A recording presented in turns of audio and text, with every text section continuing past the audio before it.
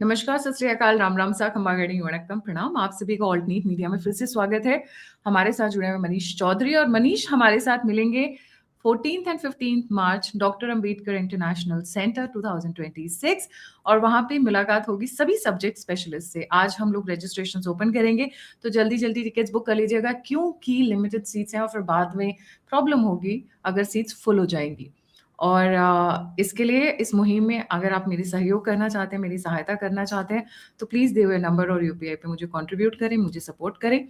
मनीष, आप क्या कहना चाहोगे इस कॉन्फ्रेंस के बारे में? लास्ट टाइम भी आप हमारे साथ थे एज अ ऑब्वियसली हमारे कोर टीम की तरह। जी।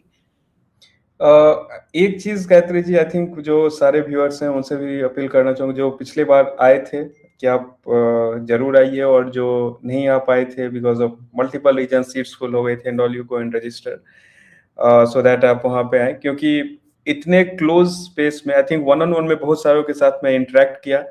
बहुत सारा चीज जो यहाँ से मैं वन वे बोलता हूँ, उनका क्रॉस क्वेश्चन वहां पे था, that based on my knowledge I try to and I will tell you one thing कि जो व्यूअर्स थे उनके साथ इंटरेक्शन करके it was one of the मतलब most fulfilling days for me personally था, कि जब मैं उनसे इंटरेक्ट किया, उनके क्वेश्चंस जो हम अपने साइड के नैरेटिव बोलते हैं उसके बाद रहता है, एंड इतने, और उनका एक कॉमन फीडबैक था कि इतने क्लोज मतलब जगह से वो जितने भी जो हमारे डेलीगेट्स, जो स्पीकर्स थे, उसको सुने, and they had the chance to question them back. So I think बहुत ही फुलफिलिंग है। वो काफी मजा आएगा, बहुत सारे लोगों से इंटरेक्ट करते हैं, मुझे तो पर्सनली वैसा ही लगा, and that's why I request everyone कि आप रजिस्टर कीजिए बिफोर सीट गेट फुल। जी मनीष, बड़ी इंटरेस्टिंग चीज हुई है, बहुत ही क्रूशल एंड क्रिटिकल चीज हुई है। अजीत दोवल ने पहले अपने डेप्टी एनएसए पवन कपूर जी को भेजा ईरान, और बीच में उससे पहले क्या हुआ, एमबीजेड यूएई के 3 घंटे की विजिट, 2.5 से 3 घंटे की विजिट, अचानक से प्रोग्राम बना, he came to India and then he went back. उसके बाद वो गए सिमिलर विजिट पे पुतिन के पास में। उसके बाद डेप्टी एनएसए की विजिट हुई ईरान में। अब दोवल जी खुद सऊदी अरेबिया जा रहे हैं, और इन बिटवीन ऑल दिस एक अरब के मिनिस्टर्स का, एफएम्स का दिल्ली के अंदर मीट रखा गया था। अजीत दोवल जी की विजिट को इस पूरे कॉन्टेक्स्ट में कैसे देखते हैं हम लोग? जी। देखिए गायत्री जी, सबसे अगर मैं इस पूरे चीज को देखें तो एक इंटरेस्टिंग, सबको याद होगा पैक्ट की सऊदी और पाकिस्तान ने साइन किया था, एक डिफेंस पैक्ट लास्ट सितंबर में, कि किसी एक पे अटैक होगा तो दूसरा उसको प्रोटेक्ट करेगा। और ये पैक्ट का असर ये था कि समहाउ सऊदी, जो भारत से काफी close relations over the last 5-10 years build हुआ है, उस चीज को एक दूर कर रहा था कंटिन्यूअसली। अचानक से 28 जनवरी को सऊदी एक बायलैटरल मीटिंग होता है, जिसमें सऊदी कंडेम करता है पहलगाम में अटैक को भी, और जो रेड फोर्ट टेरर अटैक हुआ था, that was the first signalling. और उससे पहले एक चीज होता है, जब जो यूएई के शेख हैं, आज से लगभग 15 दिन पहले वो भारत आते हैं, मात्र 1 घंटा 45 मिनट की यात्रा पे, और चले जाते हैं, और उसमें बहुत सारी अनाउंसमेंट्स होती है। वो अनाउंसमेंट्स में अगर आप देखेंगे तो वहां पर लगभग लगभग चाहे वो सिविल न्यूक्लियर डील की लगभग बात हो, या फिर एनर्जी सप्लाईज की बात हो, वहां पे एलएनजी का सप्लाई 10 साल का वो कॉन्ट्रैक्ट लेकर के चले जाते हैं, and all of this is happening. और सऊदी उसी टाइम पे एक कॉन्फ्लिक्ट, एक रीजनल फ्रेंडली कंट्री के साथ कॉन्फ्लिक्ट में उलझा हुआ था। अब इसका इंडिकेशन था वहां पे यूएई के शेख का ना, कि आप जब यहाँ पे आए हैं तो definitely India is one country which can talk to any country in the world right now, कि उसको रशिया से भी बात करना है, यूएस से भी करना है, सऊदी से भी, या यूएई से भी, और इवन ईरान से भी, जो आपने कहा। वहां पर वो एक वहां से मैसेज आता है, कि मैसेज कुछ पास होना है कि हम अभी किसी भी तरीके का कॉन्फ्लिक्ट नहीं चाहते हैं रीजन में, एंड बिकॉज वो रीजन अभी नेक्स्ट इकोनॉमिक हब कहा जा रहा है, जैसे अमेरिका था या है अभी तक, उसका नेक्स्ट वर्जन, क्योंकि यूरोप का हालत वैसा है, अभी ये बनने जा रहा है। इस टाइम पे कोई भी कॉन्फ्लिक्ट उसमें किसी भी, जो चाहे यूएई या सऊदी अरब जो मेजर ब्लॉक है वहां पे, डिस्टर्ब करेगा। दूसरा चीज यहाँ पे पैरेलली एक जो ईरान के साथ टेंशन चल रहा है, जहां पर अमेरिका, हर एक दिन ट्रम्प का एक पोस्ट आता है कि अरमाडा पहुंच रहा है, ये पहुंच रहा है, हम बात करेंगे नहीं करेंगे, there is lot of confusion and pressure in that region. वो प्रेशर को एक देश जो डिफ्यूज कर सकता है दोनों तरफ बात करके, that person is again prime minister Modi, that country is India. और उसी चीज को, क्योंकि इंडिया का खुद का अपना इंटरेस्ट भी है वहां पे इन ईरान, तो उस चीज का जो मैसेजिंग है दोनों देशों, और सऊदी अरब यहाँ पे एक बहुत बड़ा रोल प्ले कर सकता है इन टर्म्स ऑफ कन्विंसिंग यूएस की यहाँ पे एक्शंस किस तरीके का होना चाहिए। तो उस मिडिल ईस्ट के उस प्रेशर को भी डिफ्यूज अगर एक देश कर सकता है वो है भारत। और अगर आप देखेंगे तो पिछले एक साल में NSA is the highest authority from Indian government who has visited Saudi Arabia.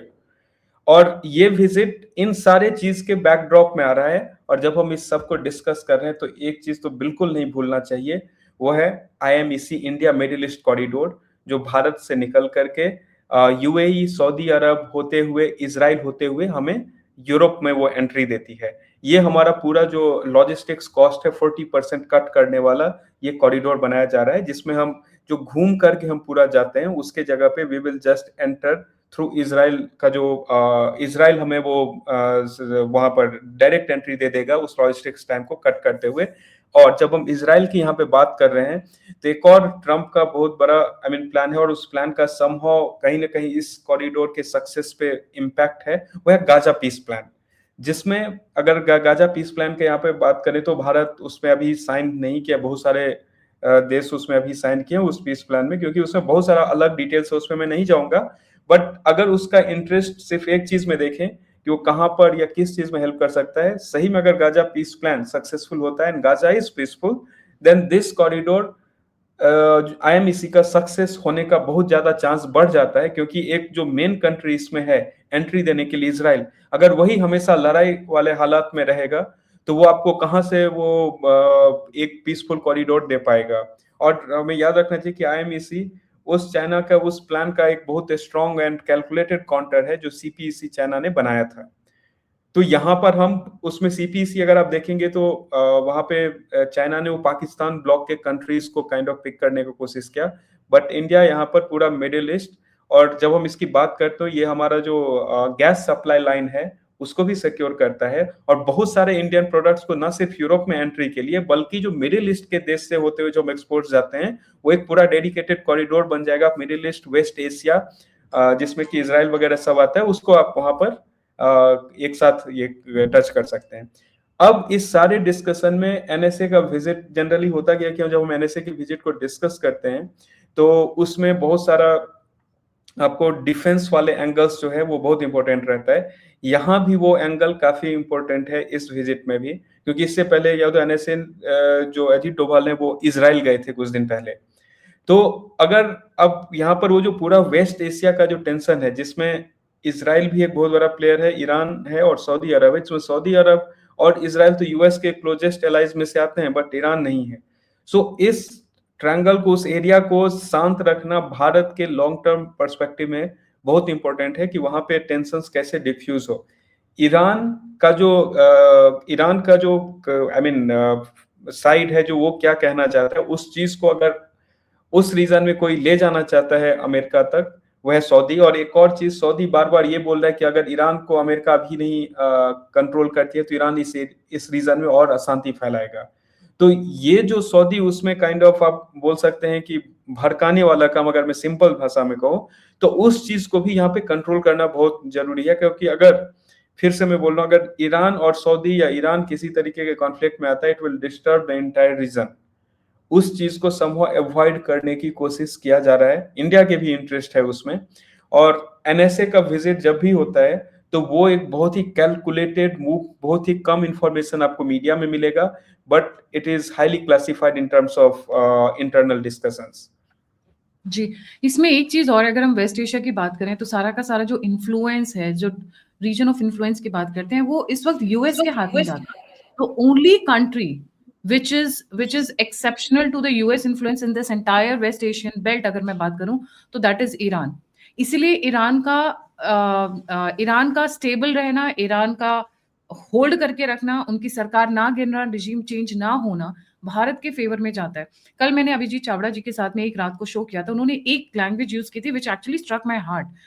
उन्होंने कहा कि अगर ईरान गिरता है it will be a super Pakistan in west of India, west of Pakistan, right? So we don't want a super Pakistan right again in our western regions. So US के influence को कम करना, अगर आप देखें पूरा का पूरा जो वेस्ट एशिया है, जिस भी कंट्री की आप बात कर लीजिए, ये पूरे की पूरी जो डोमिनेंस है यहाँ पे वो है यूएस की। तो ऐसा लग रहा है कि पूरा का पूरा जो स्फीयर ऑफ इन्फ्लुएंस है on the west of Bharat is dominated by America. तो इसलिए भी ईरान का वहां टिके रहना in the long term game of geopolitics Bharat के लिए बहुत इंपॉर्टेंट है। जी मनीष। बिल्कुल, ये देखिए अब वो बहुत ही इम्पोर्टेंट है कि वहाँ पे उसको वैसल स्टेट नहीं बनने देना है। At the same point of time अगर उसको वैसल स्टेट नहीं बनने देना है तो first you do not have to let fall Iran into any sort of American invasion या कुछ भी इस टाइप के सिचुएशंस को। और और दूसरे जो उसमें जो ईरान से थ्रेटेंड फील करते हैं जो ग्रुप्स, उसमें इज़राइल डेफिनेटली एक साइड है, वो सेल्फ कैपेबल है उस लड़ाई को रीजनल तरीके से हैंडल करने में। But Saudi Arab another group है जो उसमें बार बार ये डालते रहता है, अगर ईरान को अमेरिका नहीं कंट्रोल करता है तो रीजन में अशांति फैल जाएगी। तो यहाँ पर उस बैलेंस को मेंटेन करके रखना, क्योंकि इंडिया का इंटरेस्ट ईरान के साथ भी जुड़ा हुआ है, इंडिया का इंटरेस्ट इजराइल के साथ भी है, इंडिया का इंटरेस्ट सऊदी अरब के साथ भी है। तो वो बैलेंस को बना करके रखना to ensure any sort of confusion is avoided, बहुत जरूरी है। और सबसे एक लास्ट में इसमें एक चीज बताना चाहूंगा कि इन्होंने पाकिस्तान के साथ डील किया सितंबर में, फिर इन्हें लगा कि इस डील से ना कुछ फायदा होना है ना इसका नुकसान बहुत ज्यादा है, क्योंकि यूएई इंडिया के साथ उसके बदले में बहुत सारा इकोनॉमिक डील करके लेके जा चुका है, और उतना मुझे सिक्योरिटी पोस्टरिंग चाहिए नहीं जितना वो मैंने पाकिस्तान के साथ साइन करके भारत को दूर कर दिया है। तो आई थिंक वो चीज एक बहुत स्ट्रॉन्ग रियलाइजेशन है, और उसी कड़ी में ये आपको और भी इसमें विजिट्स हो सकता है, यू नेवर नो कि बहुत ही स्टेट लीडर लेवल पे या पीएम मोदी या एमबीएस का विजिट इसमें कभी भी एक दूसरे कंट्री में भी हो सकता है, क्योंकि अगर डोभाल जा रहे हैं तो आगे कुछ ना कुछ उसका होगा बड़ा विजिट।